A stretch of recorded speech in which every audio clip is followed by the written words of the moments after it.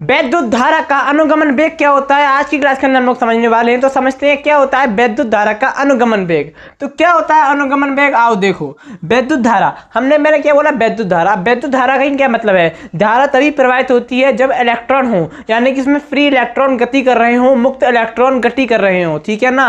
मुक्त इलेक्ट्रॉन गति करते हैं। अब जो आपके इलेक्ट्रॉन होते हैं वो एक कक्षा में गति नहीं करते, वो हर कहीं भी गति कर सकते हैं, क्योंकि वो क्या है, फ्री इलेक्ट्रॉन है, मुक्त इलेक्ट्रॉन है, फ्री है, वो कहीं भी इधर उधर जा सकते हैं। तो जो आपके इलेक्ट्रॉन होती हैं, जैसे कि मान लो आपका एक इलेक्ट्रॉन ये रहा, ये ऐसे गति कर रहा है और यहां जाके इधर आ गया, यहां जाके इधर आ गया, यहां जाके इधर आ गया। ऐसा क्यों हुआ, ऐसा क्यों हुआ, यानी कि इसने अपनी दिशा क्यों बदली, क्योंकि ये जो इलेक्ट्रॉन था यहाँ पर जैसे ही ये पहुंचा तो यहाँ पर एक और इलेक्ट्रॉन था, और तो फिर इससे टकरा गया, टकरा के यहाँ आ गया, और फिर यहाँ पर एक और इलेक्ट्रॉन था, फिर ये से टकरा के यहाँ आ गया, यहाँ पर एक और इलेक्ट्रॉन था। तो यानी कि यहाँ पर क्या हो रहा है, इलेक्ट्रॉनों में आपस में टक्कर हो रही है, लगातार टक्कर हो रही है। और लगातार टक्कर को हम लोग क्या कहते हैं, सतत टक्कर कहते हैं। क्या कहते हैं, सतत टक्कर कहते हैं, या फिर सतत टक्कर कह सकते हो आप, ठीक है ना। तो सतत टक्कर कहते हैं, लगातार टक्कर कहते हैं, यानी कि यहाँ पर क्या हो रही है, इलेक्ट्रॉनों में लगातार टक्कर हो रही है। तो दो सतत टक्करों, देखो मुक्त इलेक्ट्रॉनों की दो सतत टक्करों के बीच का जो औसत वेग होता है उसी को हम क्या कहते हैं, अनुगमन वेग कहते हैं।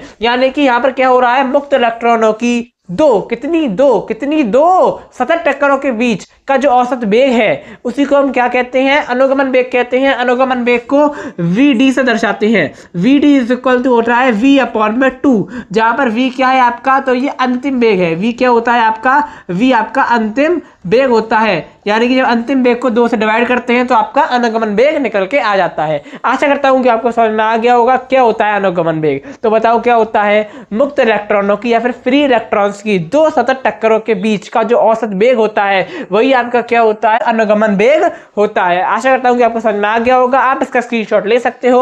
अब मैं आपको मिलूंगा एक और नई क्लास में नए टॉपिक के साथ में, तब तक के लिए धन्यवाद।